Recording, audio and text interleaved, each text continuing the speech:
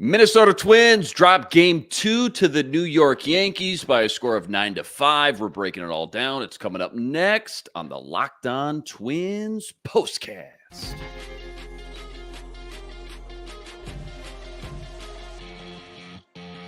You are Locked On Twins POSTCAST, part of Locked On Minnesota on the Locked On Podcast Network.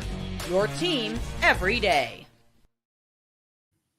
What's up? What's up? We're back in the lab, back at it. Another Minnesota Twins POSTCAST episode right here on the Locked On Sports Minnesota Network. You got myself, Luke Inman, at Luke_Spinman. That's the man, Sweet Lou Hennessy. He's on X, at Sweet Lou MN, Twins expert over at Zone Coverage MN. And Lou, before we jump into all the action from tonight's game, quick reminder, tonight's episode brought to us by FanDuel. Make every moment more. Right now, new customers, you're getting $150 in bonus bets with any winning $5 bet. That's $150 in bonus bets with any winning $5 bet. Just visit FanDuel.com/lockedon today to get started. All right, man, Twins dropped game 1 last night, so they're trying to snap this 4-game losing streak to the Yankees now this year. You got Chris Paddock on the mound for this one. You got Royce Lewis back again, so it wasn't a mirage. He can actually play 2 games in a row this season. Love to see it. Bottom of first, Yankees jump out to a huge lead. Right out the gate, they go up 4-0. Then a triple and a sac fly in the 5th. All of a sudden, you look up at the scoreboard, it's already 8-0, so not the start you were hoping for in game 2 tonight. Santana hits a solo shot in the 6th for the Twins. Correa adds a sac fly to make it 8-2. Bottom 6, Yanks get the bases juiced against Diego Castillo. He walks Aaron Judge to make it 9-2, but probably a smart move if we're being honest. 7th inning, right? 7th inning for the second straight night. 7th inning, too, seems to be the magic inning. Royce Lewis put it on the board. Another bomb shot. Makes it 9-3. Buxton and Correa, both with some RBIs on a couple fielders' choice. Not enough in the end, though. Twins lose tonight, 9-5. They lose their 5th in a row to the New York Yankees this season. Actually, 6 in a row if you go back all the way to last year. So 6 in a row dating back to last season. We'll spend a few minutes, talk about Chris Paddock here in a second. But first, like always, just give us your biggest takeaways, kind of the A topics from game 2 in New York and why this team, it feels like no matter the month, no matter the year, just has a hard time against this Yankees lineup. Look, I know they won the season series last year against the Yankees, That's right. Winning 4, losing 3, and that felt so good. And now it just feels like they're just getting stuffed right back in that locker. And they got bullied early tonight. That first inning where Paddock gave up 4 runs there was just such a kick to the teeth there. And it's as exactly as Jeff is saying here, the evil empire, and they struck again tonight against the Twins. Definitely, it felt like there's a few more positives to this one for some reason, even though it was out of reach pretty early. There were some positives to come out of it, but boy, they were hard to pick out of the darkness. That's for sure. Yeah, absolutely. Let's dive into Chris Paddock's night here for a minute. Wasn't pretty. 4 innings, 6 hits, 7 earned, 2 walks, 7 Ks on 85 pitches. Are you giving him more of a pass tonight against this kind of murderer's row lineup, or no excuses, can't give up 7 earned no matter the opponent, no matter the night? I guess what kind of report card did you give him tonight? If we're going just on thumbs up or thumbs down, I think you have to give him a thumbs down. But there was that stretch when he got to the Yankees lineup the second time through where he really covered him up for a little bit. So that was encouraging to see. But the ugly start and the ugly end was just a sandwich that did not have good bite to it, let's just say. Yeah, fair enough. Well said. All right, per Aaron Gleeman on Twitter, Minnesota Twins lineup through 60 games. Okay, you chop this up 3 ways, 20 games apiece. First 20 games, 3.4 runs per game. Next 20 games, 6.4 runs per game. Last 20 games, 3.3 runs per game. So they went 17-3 in the high-scoring middle 20 games, but just 16-24 in the other 40 games. He ends by saying kind of a weird way to have a league average offense. I know they got Royce back now, which you just got to hope and pray he helps stop the bleeding a little bit. And I also know other guys like, Julian, okay? Julian's been struggling. Obviously, they sent him down the past few weeks. How do you explain those types of just ebbs and flows, though, when you see such inconsistent numbers in the run support department, I guess? Like, Was it just bad pitching, bad teams they were facing during those 20 games in the middle? And what's been the biggest reason, I guess, for their struggles the last 20 games specifically, you think? I'm not sure you can give them an official diagnosis, but what I will say is for the whole year, they haven't had their A lineup that they probably had on paper coming into Sure. this season. They haven't had, their 9 best options all together at the same time. It felt like to build a lineup like that. So, uh, you know, are they more the type of team that's scoring 3.5 in those first 20 and last 20 games, or are they more the juggernaut that was scoring 6.5? The answer is probably, hopefully, somewhere in the middle with a little more consistency. But if it's going to be one of those roller coaster seasons, I just hope we get the good side of the wave soon here. Yeah, scored 5 runs tonight. I think more times than not, you'll take that usually, especially, again, how some of this season has gone with this lineup. Excuse me, is Byron 222 average, Buxton, is that just who he is now? Is that how low the bar, so to speak? And I don't mean this like picking on Byron, but is that how low the bar is now after all these kind of injury-riddled seasons? Like, where are you? Where's the fan base as well? With him, like, what's the temperature on him this year and kind of big picture moving forward? Because I feel like I really haven't heard too much about him this year, and he's always been kind of the A topic, healthy or not, year after year after year around here in Minnesota, it felt like. Yeah, it's a good question, and it's going to be hard to kind of gauge the temperature of Byron Buxton. Right now, it definitely feels colder with the bat. It feels like he's just you see him fishing at stuff in the dirt too often here, and it's easy to call somebody out on one of their low stretches. And he is the kind of player that is going to have a ton of variability, just like the Twins have shown this year. And I don't know if batting average is always going to be the figure that determines how good he's playing, because he's somebody who does have such a powerful bat when he is going right, that it's not always going to be, the best version of Byron isn't going to hit, upwards of 300. I think that's kind of unrealistic, but as long as he's doing damage when he puts the ball in play, but we're having a tough time seeing that right now. Does this team know they can score runs in the first half of games too? Like, it feels like you go all the way back to the beginning of the season. So many of their runs have, for whatever reason, come in like the 6th, 7th, 8th innings for some reason. I would love to see the splits on that, actually. Have you noticed that too? And any rhyme or reason, you think, outside of just, okay, the starting pitcher is out now. Now we get into the bullpen a little bit. It felt like early on in the season, the lineup just had kind of a pretty wonky approach when they were coming into a game. It just felt like the scouting report was all backwards for them. But here we are, and things change, and we have seen some adjustments that the hitters have made, which is good. But it could be also just like tonight, like we saw, the starting pitcher was excellent, and they're going to get mowed down by a really live arm, and then maybe do some damage once the bullpen comes into play. So maybe that has something to do with it too, but time will tell. All right, Lou, Rocco report time, favorite or least favorite move or decision, whatever it may be from today's game. But game 2 versus New York, the Rocco report, it says what? Sure, there's nothing too consequential tonight in a game like this where it's kind of out of reach pretty early on. But I am intrigued by the fact that he's trying a couple different arms and kind of a multi-inning role out of the bullpen. They don't have the traditional bulk guy. I thought Cole Sands would have been that coming into this year, somebody who could, eat up 3-4 innings if necessary when a game like this is out of reach to try to save the bullpen, but at least get some guys who throw multiple innings. And we've kind of just seen them trot out a few different people that didn't make a ton of sense to me. Jorge Alcala has had a ton of arm trouble in recent years, and it just feels like he's being shoehorned into kind of a multi-inning role, and then he hasn't shown much success in that role, and then he gets optioned back down to AAA, and it's just kind of been that pattern for them. But trying Diego Castillo tonight for a couple innings, I think, was worth it, especially in a game that was looking unlikely for a comeback anyway. Try something out. Let's see if somebody can shine there. And I do have some confidence that Castillo can be a good piece out of that bullpen. But to be determined whether he's the multi-inning weapon that they're seeking. I'm kind of glad you brought that up. We really haven't dove into, you and I specifically, I haven't asked you about the Twins bullpen the last few weeks. Maybe we'll save that for tomorrow night. Okay. I'm just kind of intrigued with what the temperature is in the bullpen right now. Again, just because we haven't kind of dived into that in at least a week or two. But plenty more deep dive from this one. Plus, we got a nerdy stat of the day. That's all coming up right after this.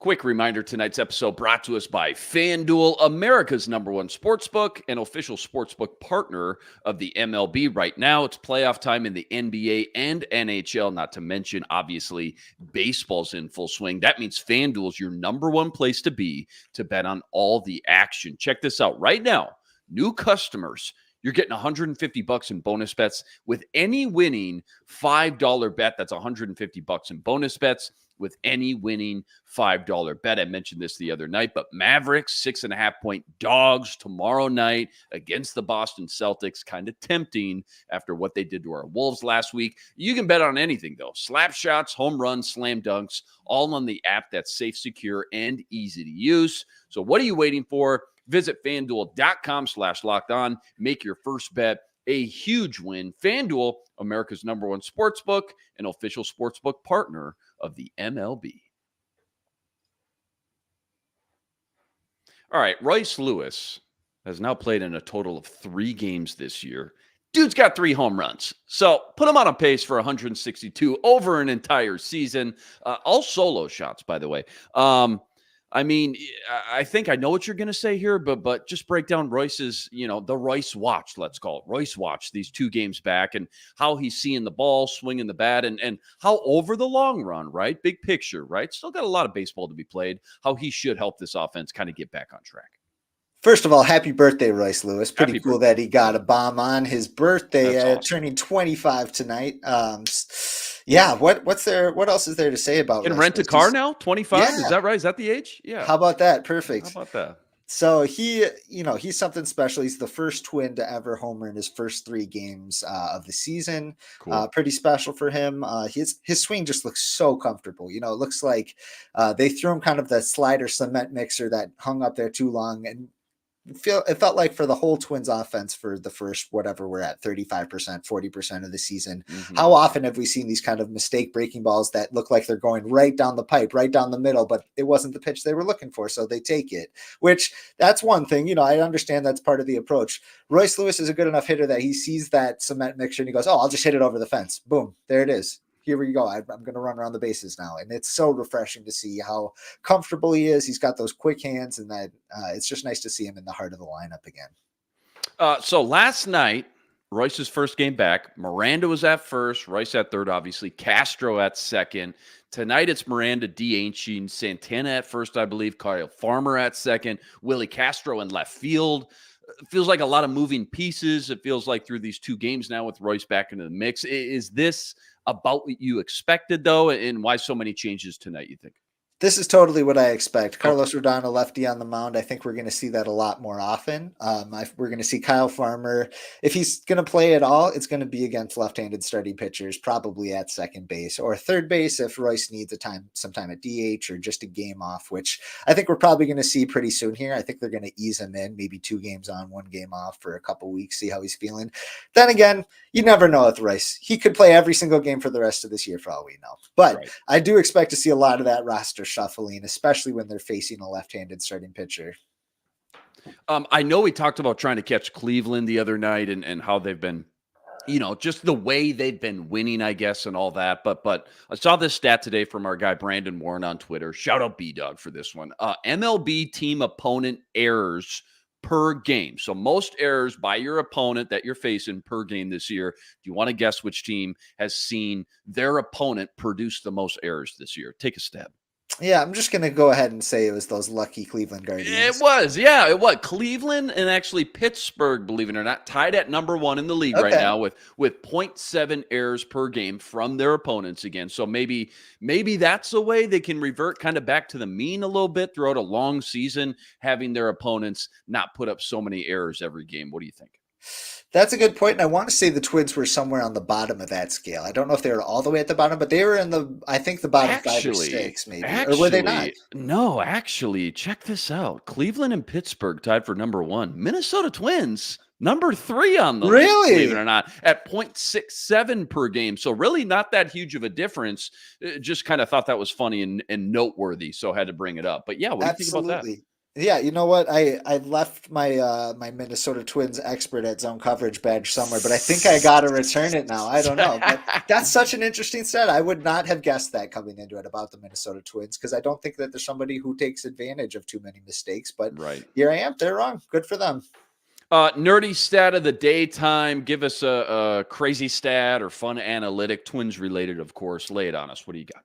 So I was gushing last night about the New York Yankees starting rotation, and Yeah. coming into tonight over the last 2 weeks, Yankees starting pitchers have an ERA of 1.79, which is best in baseball, and their opponents are hitting just 165 with a slugging percentage under 300. If Oh, that sounds familiar, that's almost the exact slash line as one Kyle Farmer.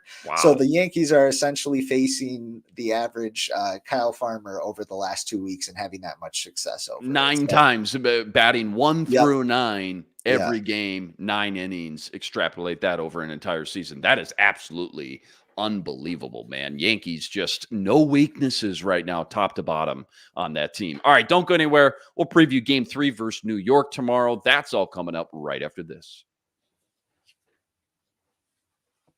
Quick reminder, tonight's episode also brought to you by eBay Motors. Passion, drive, patience, what brings home the winning trophy.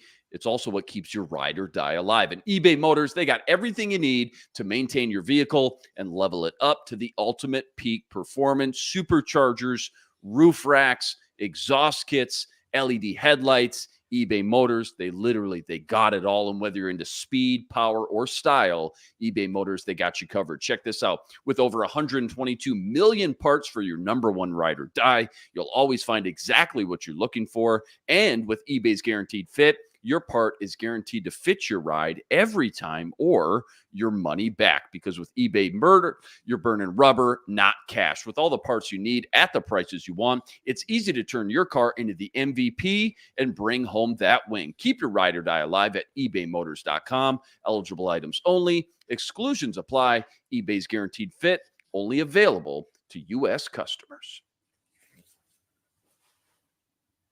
Okay, game 3 versus New York tomorrow. Twins looking to, again, snap this 6-game losing streak versus the Yanks, dating back to last year, 5 this year. Lopez on the mound, so that's hopefully good. What's just the top 2 or 3 things you're looking at for tomorrow when it comes to kind of keys to the victory and all that?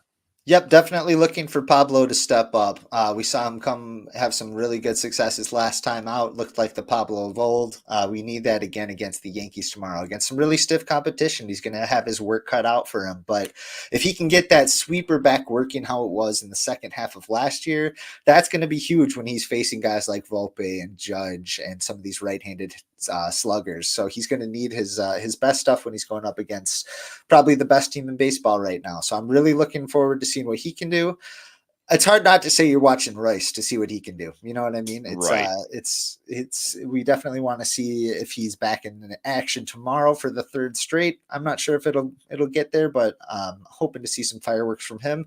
Also, I'd love the chance to see some of the Twins' better relievers get the chance to pitch against the Yankees. They've been trailing every single game, and Right. just feels like we're not seeing, Yohan Duran, Griffin Jacks, some of their top arms, and I'd love them to be in a position where we could see them at Yankee Stadium. Yeah, well said. Would love to get out of here, even with just one win under your belt. Just one. Come on now. I'm a big NFL draft guy. Love studying the rookies, keeping my eye on, the young guys and all that. I know we're, only 2 months into the season, but when you look at the Twins' top 5, top 10 prospects, any movement in the rankings at all, or anyone really sticking out kind of more than others from what you've seen this year? Sure. It's not, we can't give a fair assessment of Walker Jenkins or Brooks Lee, who have been hurt for essentially the whole year here, but thankfully they're back healthy now and back. Brooks Lee's with the Saints and Jenkins is down with Fort Myers. But Emmanuel Rodriguez was really, when he was on the field and healthy, he was really putting up a good show. I think he had an OPS near 1,000 in AA, and he's really itching for a promotion to AAA. Unfortunately, he exited tonight's game early, swiping a bag and sliding and re-aggravating. It looked like that thumb that was nagging him. Hopefully it's nothing too major, but looking for something from him. Other names that have caught my eye, definitely Zebby Matthews, Mr. Zebulon. He has really burst onto the scene. He's one of those pitchers who's just not going to walk a ton of guys, but he started to amp his fastball up to the mid and upper 90s as he cruises through the Twins minor league system. And I think he debuted at number 100 on Baseball America's Top 100 prospect list that was released just this morning. So some steam on him. Hopefully he continues to cruise and he can really be a headliner of this pitching pipeline in the Twins minor league system. Yeah, I'd love to hear that. That would be awesome to get some of those young pitchers kind of started to get developed a little bit. Hopefully you see them. Any chance we see any of these top studs, up with the Twins before the year's over? If so, kind of who's on track, I guess, to pop up first? I know you mentioned Brooks Lee's kind of been hurt, but now with the Saints, AAA, I've heard his name a lot. David Festa's name a lot. Those are kind of the two names I feel like I've heard the most, but you tell me. Yeah, definitely Festa is somebody to keep an eye on. He's had a little bit of an up and down season, but mostly he's shown some really, really good stuff with his pitches. If he puts together a nice little stretch in St. Paul, who knows, maybe Chris Paddock has trouble with this dead arm that he's going through right now and maybe needs to get a little breather on the injured list. Maybe that's somebody that you could see here. I would say that he's probably the top of the list for when they do need a starting pitcher. Him and Louis Varland are probably the two only options that they would probably consider. So where does Austin Martin kind of fall in all this, right? Where the pieces to the puzzle, where's Austin Martin? Because I for one, and correct me if I'm wrong, I for one, though, I thought when he was up earlier in the year, he played the part, man. He looked good enough to be up in the bigs, I felt like, on a consistent basis. Did he not? Yeah, I think that he could be a suitable fourth outfielder right now for sure. But I think that they still have some high hopes that he could be more of a regular player. And to do that, he still needs a little bit of cooking of regular playing time, which he wasn't getting at the big league level. So maybe that happens in the second half of this year. That would be awesome. I know that he's still somebody that they think could make a difference here, but it's most important that he gets everyday playing time to really truly continue to develop his skills here. Yeah. All in all, though, feels like he's trending in the right direction. All in all, you still think, you mentioned still early, but you still think Walker Jenkins is going to be the best of them all when it's all said and done. When we look back 7, 8, 9 years from now, every kind of Twins ranking prospect big board I look at, he's number one, it feels like, with a bullet. And I remember the Twins were super lucky to even have a stab at him last year in the draft. He was a clear-cut. It was a clear-cut top 5 player draft, as in, the top tier was these clear-cut top 5 guys, these top 5 names. Twins had the 13th best odds in the lottery from what I remember, and yet they somehow ended up with the 5th overall pick. Super lucky to end up with one of those top tier guys. But do you think he'll live up to all the hype, even from the small sample size we've gotten? Yeah, it's so hard because he's so young, but he's the best. He's probably the best prospect in the Twin system since Joe Mauer, just somebody that young coming out of high school with such a profile to them and such a pedigree of, being a top draft pick like that. He's only played however many games in, low A and rookie ball, but he looked fantastic in those games. And he's got the physical attributes that make him super exciting. So definitely wouldn't be a shocker if he's the best of all of them, but it's still going to be a few years until we figure that out, I think. Yeah, still super encouraging, though. Love to hear that. All right, one more quick one, then we'll get out of here. I usually ask you right at the end, kind of biggest storyline around the league, what's caught your eye. But since we're talking about rookies and prospects, and I know you mentioned Paul Skeens in Pittsburgh last night, who's been tearing it up. What other rookie or young guy is kind of turning some heads early in the season already that's kind of caught your eye? Yeah, Skeens has been huge.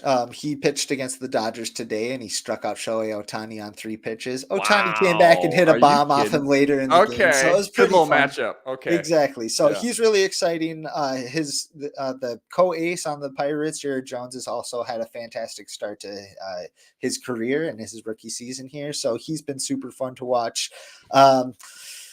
Yeah, it's been fun so far. Those are definitely the two that come to front of my mind right now.